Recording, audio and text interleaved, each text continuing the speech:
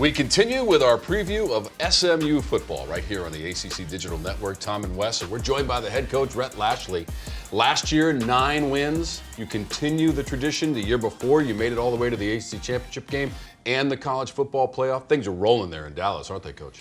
Well, things are looking up. I mean, we've got a lot of good momentum right now, Sure. but we got to keep it, right? And we have, to your point, we've done some good things in the first 2 years, but you know, we want more, and we don't want to be satisfied. And so we feel like we have a team that can compete this year, and that's what we're looking for. And a strong finish to last season. Wes, look at this. 6 of your last 8 regular season games, you win them, and that includes at Clemson, 35-24, and against Miami, 26-24 at home. That's a team that went all the way to the national championship game. Yeah, 2 pretty good Not teams. bad, yeah, right? Well, we were a little more inconsistent last year than we'd been, you know, the year before. We did that. We also lost 2 games down the stretch that put us in that tie, which kept us out of the championship game. Sure.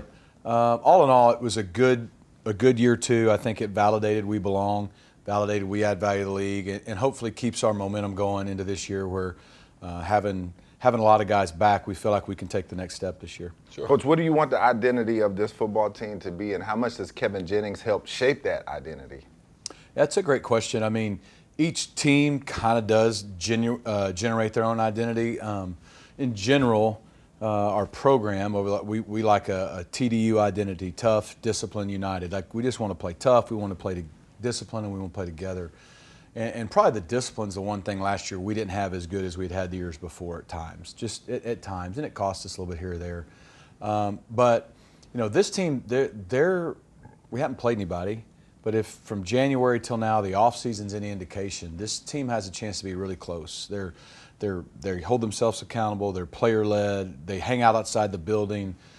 All of our teams, I love them. They all have their different personalities, their strengths and weaknesses. This team has a little bit of a feel like our 24 team did in terms of the intangibles. And we've talked about we've been good. I mean, we're 31-10 the last 3 years.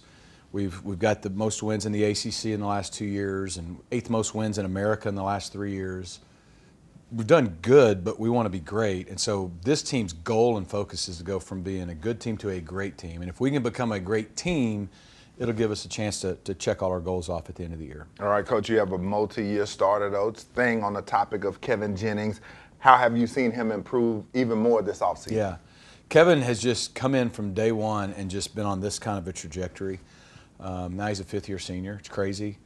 Going into his 3rd year as a starter. You know, from his first year as a freshman when he was the 3rd string to playing in 2 games, to his 2nd year as a backup, to winning the conference championship game in his first career start, to the last 2 years what he's done. You know, our first year in the league, he burst on the scenes making all kinds of plays, and then every now and then would have these games where we'd turn it over at an alarming rate and all that. Last year he really improved. We weren't as good around him last year. We weren't as good on defense last year. He got hurt first quarter of game 2 and played the whole year hurt, so it kind of took a little bit of his running ability away. I mean, he still could move, but not like he's capable of.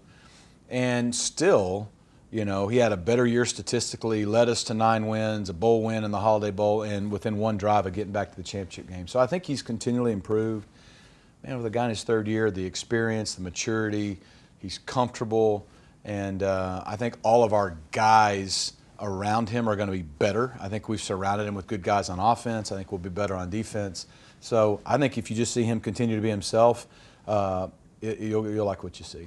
Do you mind if we put him in the Heisman race, considering last year where he threw 26 TD passes and over 3,600 pass yards, which was 3rd in the ACC? No, I don't. As a matter of fact, I mean, we're kind of promoting him because the reality of it is, you know how it is. It's like a preseason poll. So many people, you got to have these off-season lists, top 10 to this, top 15, whatever. Sure. And in my opinion, he hasn't gotten the respect he deserves for that, and that's fine. Like, we're SMU. We've been in the ACC 2 years. We're not a blue blood. We're not a this. We're not a that. And a lot of that has to do with it. But there's not many quarterbacks out there that have his resume of production. There's a lot that potentially could do it. Maybe had 1 good year. Like, he's 5th in the country, okay, in passing yards returning for all powerful quarterbacks. He's 5th in total offense. He's 5th in touchdowns. Sure. He's tied for 3rd in most wins returning for a P4 quarterback. And he's tied for 1st with the best winning percentage, which matters the most, in returning P4 quarterbacks who played at least 15 games. Like, he's at 1st in almost every ACC category. So at some point, let's look at what he's done on the field. And at SMU, look how he's elevated our program, and let's give him some credit for that. And so, yeah, we're all for pushing him because he's deserved it. It's the last thing he would ask for. And we got to go win because, the Heisman's kind of become the best player on the best team award. We got to go win and have his back on that. Coach, you had to, replace some coordinators, your offensive and defensive guys. Talk about that process. Yeah, it's actually been as seamless as it could have been. When you think we've gone 4 years with our coordinators. And when Scott goes to the Cowboys, what a fantastic job he did. But I think it speaks to how good he did things. When we have Maurice Crum Jr. and Ricky Huntley Jr. here, both for 3 and 4 years. Mo's got experience as a coordinator. Ricky's been with Scott 10 years, and those guys just kind of took it and ran with it. I think that was a good transition for our players, and we had a great spring there. And it allows you to kind of keep the continuity, but then freshen it up a little, maybe change the voice, do something here or there a little different without an overhaul. Same thing on offense. Casey Woods goes to Missouri State, but 3 of the guys coming back on our offense, 4 of our 5 coaches on offense have been with us the entire time we've been there, and Derek King played for us. So I think those allowed the transition to maybe not quite feel like we lost both coordinators. So, Coach, your concerns this year as we look towards 2026, and we see that on the defensive line you've got some replacing to do there as far as some guys leaving. Yeah, I think we have the deepest D-line we've had since we've been here. So 2 years ago we lost Elijah Roberts, Jarvis Harrison Hunt, Jafari Harvey. Last year we do lose a couple good players, Cam Robertson, Isaiah Smith, some guys that have played for us. But I think we had some good returners. We get a few guys back from injury. We brought in some transfers. I don't know if we have one guy that's going to stand out, but I think we're as deep as we've been there. Yeah, that line had 24 sacks for you last year. Yeah, Coach, your message to SMU fans as we are right on the start of the season?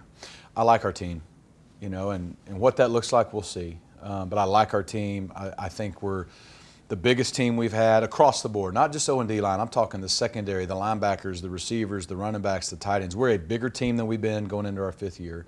We have more length. We're faster. We're deeper. We have a chance to have a really good football team, but I like our team because I like their makeup. And, in this world where we get it, we know who we are. We're not a blue blood, if you will, but like we said earlier today, we're new bloods. And new bloods focus on what they're doing now. Blue bloods focus on what they've done in the past. And so we got a good group. I think they're going to compete their tail off. We got to play well early. My biggest concern, we got some really tough games on the road, particularly early. In Tallahassee, at Louisville, later in the year at Syracuse. We got to go to Stanford. We got to go to Notre Dame. We're going to have to continue to play well at home, but we're going to have to win some big games on the road. Well, you got the lucky shoes, though, right? There you go. The red, the white, and the blue of SMU. Coach, we thank you so much for your time, and best of luck in 2026.